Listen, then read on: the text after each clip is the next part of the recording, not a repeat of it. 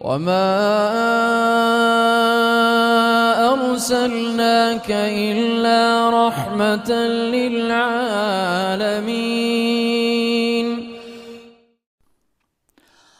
أعوذ بالله من الشيطان الرجيم بسم الله الرحمن الرحيم الحمد لله رب العالمين والصلاة والسلام على سيدنا محمد وعلى آله وأصحابه أجمعين. Assalamu alaikum hürmetli görürmenler. Dünyanın her kaysı caylarında bizni görüvatkan Şarkı Türkistanlık Müslüman karındaşlar. Hayat Rehberi Muhammed Aleyhisselam namlık programımızın 16. sanıga hoş geldinler. Bu sanda İslam tarihinde tünci İslam merkezi Dar Arkam İbni Arkam, yani Arkam İbni Arkam'ın üyü, İslam'ın tünci merkezi boğan muşu timini bugün her birinlarga takdim kılımız. Biz ötkenki programımızda diginimizde Hazreti Abu Bakr radıyallahu anhu Müslüman boğandan keyin Abu Bakr radıyallahu anhu'nun ki daveti bilen 5 kişi Müslüman boğan idi. O 5 kişinin isimlerini ötkenki programımızda bayan kılgan idik. Peygamber aleyhisselam ailesideki kişiler ve Abu Bakr radıyallahu anhu ve onun kolunda Müslüman boğan 5 kişi katarlık Müslümanlar nihayet mahbi şekilde bu İslam davetini devamlaştırdı. Özü işini algan, sözüge işenci kılalaydıgan, sözünü kubul kılış ihtimali boğan kişilerin hemmisini birbirlep mahbi şekilde davet kılışka başladı. Bu davet şunda devamlaşıp kelivatıdı ve birden yerimden Allah'ın hidayet kılışı bilen Müslüman boğalla köpüyüşke başladı. Davet mahbi boğallığı için nayta asta devam kılgan bolsumu, lekin Müslümanların sanı azdan köpüyüvatattı. Bu davetinin hatarsiz bir şekilde devam kılalışı ve Müslüman boğallarının her türlü hayım hatardan, düşmanlarının suikastından hatırcam bulalışı için intayin pahas buluş, nihayet kattık ihtiyat kılış gerek idi. Şunun için Müslüman boğallar fakat kimnin kolunda hidayet tapkan bolsa, Müslüman boğan bolsa, şunu olallam görüşetti, başka Müslüman karındaşları bilen görüşelmekti. Emniyet, hatırcamlık ve mahbiyetçilikni çın tutuş için bu gerek idi. Şunun için yeni Müslüman boğallar 2 kişilik, en köp 3 kişilik cemaat şeklinde birbiri bilen görüşetti. Peygamber aleyhisselam'a yeni kelgen vahyi ayetlerini ularga yetkizishmi qiyin bo'latdi. Bir yerga toplashib görüşenmegenligi üçün her bir kişi başka kişi arkalık Peygamber aleyhisselam'a yetken, Peygamber aleyhisselam ügetken ayetlerini şu arkalık yetkizgen boğallık üçün bir kıyınçılık meydana geldi. İslam bugünkü Müslümanların köp sallıkının düşenliğine dek ben Müslüman dep koyup iman ettim dep koyup özü bilgen padiga yaşaş emas idi. İslamga kirgen her bir kişi özünün bütkül hayatını İslamga muvafıklaştırış, Allah Ta'aladın yeni kelgen emri fermanlarını, vehiylerini ügünüş, onu kandak tatbiklaşını Peygamber Aleyhisselam'dan ügünüş ve başkalarını bu dinga davet kılış, davet usulünü ügünüş, kandak davet kılış, kişilerine kandak hayal kılış, bu dinni kişilerge kandak düşendiriş, kandak yetküzüş meselelerini ügünüş gerek idi. Bu hem intayin mahbi elip verildiğin, hem Müslümanların ki aşkarı bulup kılışı, düşmanlarının bu davetini bilip kılışının aldığını eliş gerek boğan kıyın bir basqıç idi. Şunun için Müslümanlar özüge kelgen vahyini tatbiklaş, onu kandak tatbiklaşını ügünüş ve birlikte görüşüp kıyın yüz bergen kıyınçılıklarını hal kılış çağrısı tepiş ve birlikte ibadet kılış katarlık işlerden intayin kıyınçılıkta atattı. Namaz okuş için Mekke'nin ki jirak yerlerine berip hiç kim kömegen yerde namaz okuyattı. Çünkü bir ailede bir kişi Müslüman boğan bolsa, onunki ata-analары, başka urug tuqqanları onun Müslüman boğanlıkını bilmeydi ve onun o öyde o kişi dinini yaşayamaydı, namaz okuyamaydı, Kur'an'ın ayetini okuyamaydı. Bunu okuş için adam yok bir yerge beriş gerek idi. Adam yok yerge beriş ve kilişme intayin mahbi şekilde elip berilattı. Çünkü birisi körep kalsa, her günü bir tarafki mangan adamla nimişki agi bardı dep, akısın agişip nimiş kıldıqallıqını körep kılış ihtimali vardı. Bu imanın takazzası boğan, amelini icra kılışta kelip çıkan bu şundak bir müşkül kıyınçılık tuğulgan idi. Müslümanların sanı köpeygen siri bu kıyınçılık tekimi eğirleşi vatattı. Bunun çare istavatkan bir peytte Allah Teala'nın hidayeti bilen Erkam İbni Erkam diyen bir bala Müslüman oldu. Bu bala teki 14-15 yaşlık bir bala idi. Bu balının ki Mekke'nin biraz sırtıda, şehirinin sırtıda insanlar bek bağmaydıgan, etrafıdan adam bek berip kelip kılmaydıgan hali bir cayda öyü bar idi. Erkam İbni Erkam küçük bala boğanlığı üçün onun Müslüman buluşu hiç kim onu Müslüman buluşunu oylamaydı.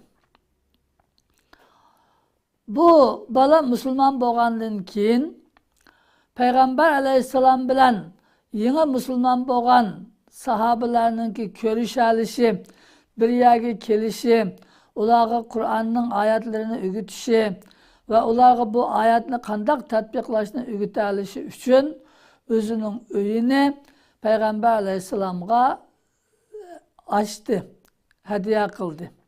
Benim öyemde toplaşıp, benim öyemde sahabelerini toplap, şununla ders ügütüp, bu davet işini aşağıdan şu merkezden elip başladıp Peygamber Aleyhisselam'a bu teklifini verdi. Peygamber Aleyhisselam bu Erkam İbni Erkam'ın öyünü İslam merkezi kılıp talladı. Bunu tallaşta 3 sebep var. Birinci, yukarıda degenimizde bu Erkam İbni Erkam degen bala, küçük bala boğanlığı üçün Mekke halkı çoğunla bu balanın Müslüman bolup, bu uyini musulmonlarga bir merkez kılıp etişini aklına keltirip bakmaydı. O koçuda oynab yürgen küçük bir balanın ki bundak bir iş kılışı hiç kimden aklına kelmeydi. Onun için onun uyuda toplaşış, hatırcamlık ve eminlik için yaxşıydı. İkinci sebep Arkam ibn Arkam degan bala Mahzumi kabilesiga mansub edi. Peygamber aleyhisselamның kabilesi bo'lgan Hashim kabilesi bilan Mahzum kabilesi bir-biriga dushman, pat-pat urushib qoladigan bir holatda edi. Shuning uchun bu dushman bir kabiledagi bir kishining yeni bir düşmanı bo'lgan kabiledagi bir kishiga iymon keltirib, musulmon bo'lib, uni uyiga elib kelishini hech kim o'ylamaydi. Shuning uchunmi Arqam ibn Arqamning uyi xotirjamlik makoni edi, maxfiyatchilikni saqlashga intayin uyg'un edi. Uning uchun bu uy markaz qilishga yaratdi. Üçüncü sabab Arkam ibn Arkam'ның uyi yuqorida deganimizdek Mekke shahridan biraz sirtida insonlar bak bormaydigan, eğer birisininki berib kelganligini ko'maydigan bir yerde edi. Shuning uchun bu uy markaz qilindi. Peygamber aleyhisselam o uyga maxfiy bordigan bo'ldi. Başka sahabeler birden yerimden o öyge mahfi berip toplaşıdığan oldu ve o öyde Peygamber aleyhisselam sahabelerine Allah Teala'nın yeni kelgen ayetlerini, vahiylerini okup birdiğen ve onu ügütüdüğen ve onu tefsir kılıp birdiğen, kandak tatbiklaşını ügütüdüğen ve ola bilan birge namaz okuyduğun oldu. Bu Müslümanların ki dinini ügünüşüge bir fırsat, bir kolaylık, bir asallık yaratılıp bergen oldu. Şunun olan bu öy bir medrese, bir mektep halığı geldi. Her gece Müslüman boğalla malum bir saatte mahfi şekilde bu öyge toplaşattı. Peygamber aleyhisselam gelip Allah Teala'nın yeni kelgen vahyi olsa onu onlara ügütetti. Kur'an-ı Kerim'den kelgen vahiylerini ügütüp yad iliş işlerini elip barattı. Kur'an'ı düşündürüş, tefsir kılış, ona kandak tatbik kılış işlerini Peygamber aleyhisselam sahabeleri ügütetti. Ola bilan billah namaz okuydu, zikri tasbih aytattı, dua kılattı.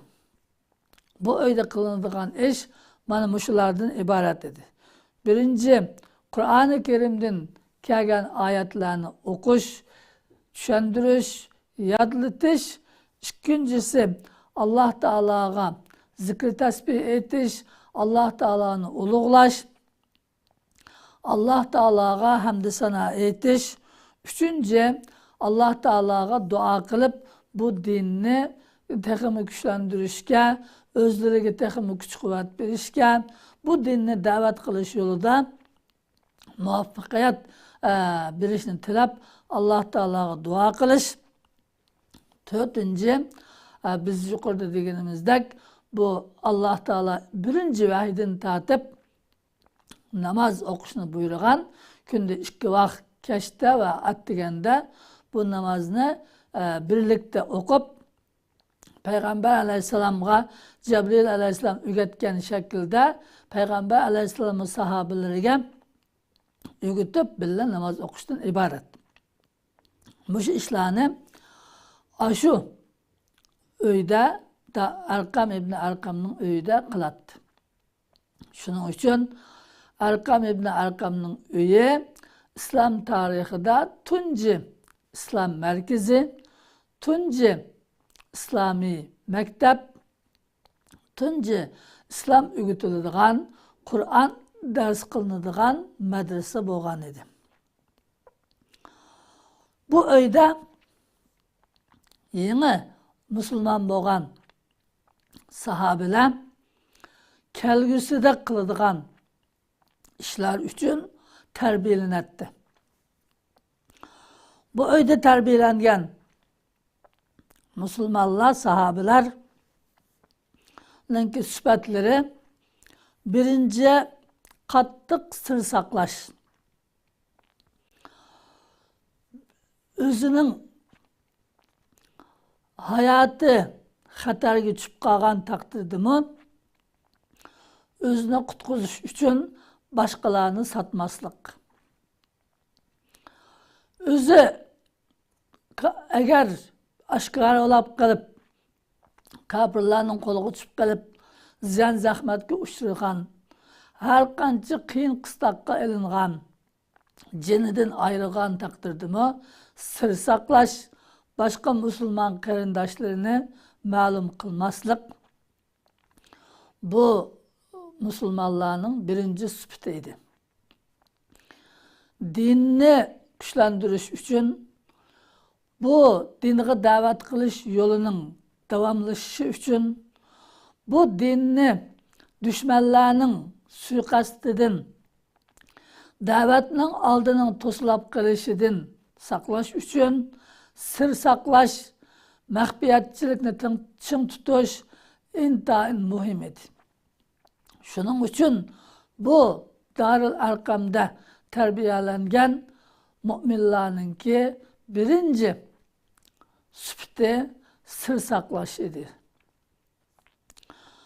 Bularning ikkinchi sifati sabrchanlikni o'rganish, qattiq sabr qilish. Sabr qilish deganimiz ujma-pish og'zimga tushdab bir ishningki vaqti kelmadi deb qarab o'tirish emas. Sabr qilish deganimiz beshiga keladigan har qanday qiyin ishlarga, qiyin ahvollarga bardoshlik berish orqali yo'lida ching turish, yo'lini davomlashtirish, xizmatini Allah yo'lida qiladigan xizmatini davomlashtirib, shu yo'lda mustahkam turish. Qiyinchilik oldida bel qo'yvatmaslik, sabrsizlik qilib yo'lidan voz kechmaslik,